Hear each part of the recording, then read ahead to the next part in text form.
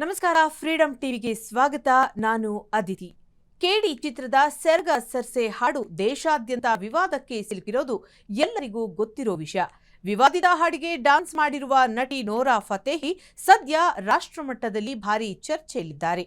ಧ್ರುವ ಸರ್ಜಾ ಈ ಚಿತ್ರದಲ್ಲಿ ನಾಯಕನಾಗಿ ಕಾಣಿಸಿಕೊಂಡಿದ್ದಾರೆ. ಆದರೆ ನಿರ್ದೇಶಕ ಪ್ರೇಮ್ ಬರೆದಿರೋ ಈ ಹಾಡಿನ ಸಾಹಿತ್ಯಕ್ಕೆ ದೇಶಾದ್ಯಂತ ವ್ಯಾಪಕ ಟೀಕೆಗಳು ಕೇಳಿ ಬರ್ತಿವೆ.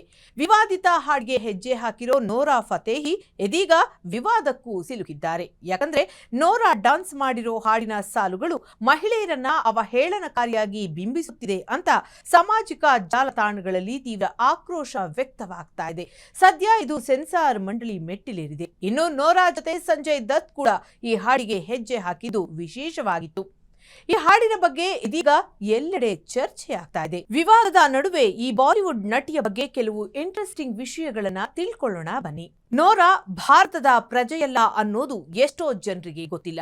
ಈಕೆ ಹುಟ್ಟಿದ್ದು ಕೆನಡಾದಲ್ಲಿ 1992 ಫೆಬ್ರವರಿ 6ರಂದು. ಇವರ ತಂದೆ ಮತ್ತು ತಾಯಿ ಇಬ್ಬರು ಮೊರಕ್ಕೋ ಮೂಲದವರು. ಆದರೆ ಆಕೆಯ ಇಡೀ ಕುಟುಂಬ ಕೆನಡಾಗೆ ವಲಸೆ ಹೋಗಿತ್ತು.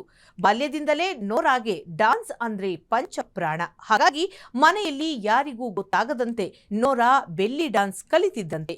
ಟೊರಾಂಟೋದಲ್ಲಿ ಎಜುಕೇಷನ್ ಮುಗಿಸಿ ಯಾರ್ಕ್ ಯೂನಿವರ್ಸಿಟಿಯಲ್ಲಿ political science and international relations ವಿಷಯದಲ್ಲಿ ಪದವಿ ಪಡೆದಿರೋ ನೋರಾ ಬಾಲಿವುಡ್ನಲ್ಲಿ ನೆಲೆಯೂರುವ ದೊಡ್ಡ ಕನಸಿನೊಂದಿಗೆ ಭಾರತಕ್ಕೆ ಬಂದರು.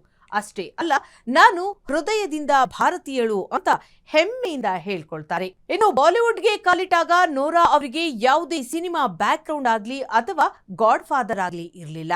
ಹಿಂದಿ ಮಾತಾಡೋಕ್ಕೂ ಅಷ್ಟಾಗಿ ಬರ್ತಾ ಇರಲಿಲ್ಲ. ಹಾಗಾಗಿ ತುಂಬಾ ಅವಮಾನಕ್ಕೊಳಗಾಗಿದ್ರು. ಜೊತೆಗೆ ಹಲವಾರು ಆಡಿಷನ್ಗಳಲ್ಲಿ ರಿಜೆಕ್ಟ್ ಆಗಿದ್ರು. ಆದ್ರೆ ಯಾವುದಕ್ಕೂ ಧೃತಿಗೆಡದೆ ಕೆಲವು ಚಿಕ್ಕ ಪುಟ್ಟ ಜಾಹೀರಾತುಗಳಲ್ಲಿ ಮಾಡೆಲಿಂಗ್ ನಲ್ಲಿ ತಮ್ಮನ್ನ ತಾವು ತೊಡಗಿಸಿಕೊಂಡ್ರು.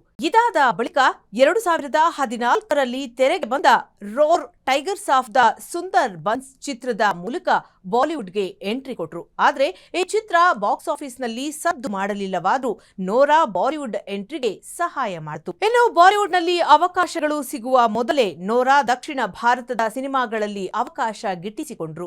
ತೆಲುಗಿನ ಸೂಪರ್ ಹಿಟ್ ಚಿತ್ರಗಳಾದ ಬಾಹುಬಲಿ, ದ ಬಿಗಿನಿಂಗ್ ಚಿತ್ರದ ಮನೋಹರಿ ಹಾಡಿಗೆ ಪ್ರಭಾಸ್ ಜೊತೆ ಹೆಜ್ಜೆ ಹಾಕುವುದರ ಜೊತೆಗೆ ಜೂನಿಯರ್ NTR ನಟಿಸಿದ್ದ ಟೆಂಪರ್ ಚಿತ್ರದ ಐಟಂ ಸಾಂಗ್ಗೆ ಭರ್ಜರಿಯಾಗಿ ಡ್ಯಾನ್ಸ್ ಮಾಡಿದ್ರು. ತದನಂತರ ತಮಿಳು, ಮಲಯಾಳಂ ಸಿನಿಮಾಗಳಲ್ಲೂ ನಟಿಸಿ ಸೈ ಎನ್ನಿಸಿಕೊಂಡ್ರು.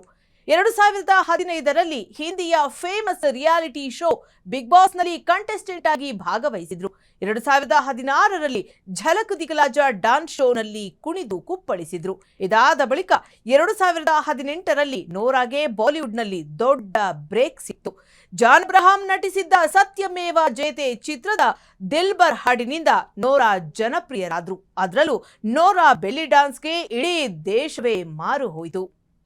ಯೂಟ್ಯೂಬ್ನಲ್ಲೂ ದಾಖಲೆ ಪ್ರಮಾಣದಲ್ಲಿ ವೀಕ್ಷಣೆ ಗಳಿಸಿದ ಹಾಡು ನೋರಾ ಅವರನ್ನ ಒಂದೇ ರಾತ್ರಿಯಲ್ಲಿ ಫೇಮಸ್ ನಟಿಯನ್ನಾಗಿ ಮಾಡಿತು. ನಂತರ ಕಮರಿಯಾ, ಸಾಕಿ ಸಾಕಿ, ಕುಸು ಕುಸು ಮತ್ತು ಗರಮಿಯಂತಹ ಸಾಲು ಸಾಲು ಸೂಪರ್ ಹಿಟ್ ಐಟಂ ಸಾಂಗ್ಗಳ ಮೂಲಕ ಬಾಲಿವುಡ್ನಲ್ಲಿ ಡಾನ್ಸ್ ಕ್ವೀನ್ ಅನ್ನಿಸಿಕೊಂಡ್ರು. ಇದೀಗ ಸ್ಯಾಂಡಲ್ವುಡ್ಗೂ ಕಾಲಿಟ್ಟಿರೋ ನೋರಾ ಚೊಚ್ಚಲ ಕನ್ನಡ ಸಿನಿಮಾದಲ್ಲೇ ವಿವಾದವನ್ನ ಮೈ ಮೇಲೆ ಎಳೆದುಕೊಂಡಿದ್ದಾರೆ. ಕೇಡಿ ಚಿತ್ರದ ಸೆರಗ ಸರ್ಸೆ ಹಾಡು ಇದೀಗ ನೋರಾ ಅವರ ವೃತ್ತಿ ಜೀವನದ ಅತಿ ದೊಡ್ಡ ವಿವಾದಿತ ಹಾಡಾಗಿ ಹೊರಹೊಮ್ಮಿದೆ. ಈ ಹಾಡಿನ ವಿರುದ್ಧ ಸಿನಿಪ್ರಿಯರು ಆರೋಪಗಳ ಪಟ್ಟಿಯನ್ನೇ ಮಾಡುತ್ತಿದ್ದಾರೆ. ಇದರ ಬೆನ್ನಲ್ಲೇ ಈ ಚಿತ್ರದ ಹಿಂದಿ ವರ್ಷನ್ ಹಾಡನ್ನ ಕೇಂದ್ರ ಸರ್ಕಾರದ ಕಠಿಣ ಸೂಚನೆಯಿಂದಾಗಿ ಯೂಟ್ಯೂಬ್ನಿಂದ ತೆಗೆದುಹಾಕಲಾಗಿದೆ. ಇದರಿಂದ ಇಡೀ ಚಿತ್ರತಂಡ ಸಂಕಷ್ಟಕ್ಕೆ ಸಿಲುಕಿದೆ. ಇದು ಕೇವಲ ಒಂದು ಹಾಡಿನ ಬಗ್ಗೆ ಇರೋ ವಿವಾದವಲ್ಲ. ಸಿನಿಮಾ ಮತ್ತು ಹಾಡುಗಳಲ್ಲಿ ಅಶ್ಲೀಲತೆ ಬಳಕೆಯ ಬಗ್ಗೆ ರಾಷ್ಟ್ರಮಟ್ಟದ ಚರ್ಚೆಗೆ ದಾರಿ ಮಾಡಿಕೊಟ್ಟಿದೆ. ತಮ್ಮ ಪರಿಶ್ರಮದಿಂದಲೇ ಮುಂದೆ ಬಂದಿರೋ ನೋರಾ ಈ ವಿವಾದವನ್ನ ಹೇಗ್ ಮ್ಯಾನೇಜ್ ಮಾಡ್ತಾರೆ ಕಾದು ನೋಡಬೇಕು. ಕ್ಷಣ ಕ್ಷಣದ ಸುದ್ದಿಗಳಿಗಾಗಿ ಫ್ರೀಡಂ ಟಿವಿ ಸಬ್ಸ್ಕ್ರೈಬ್ ಮಾಡಿ, ಲೈಕ್ ಮಾಡಿ ಹಾಗೂ ಫಾಲೋ ಮಾಡಿ. ಹೊಸ ಸುದ್ದಿಗಳ ನೋಟಿಫಿಕೇಶನ್ಗಾಗಿ ಬೆಲ್ ಐಕಾನ್ ಮೇಲೆ ಕ್ಲಿಕ್ ಮಾಡಿ.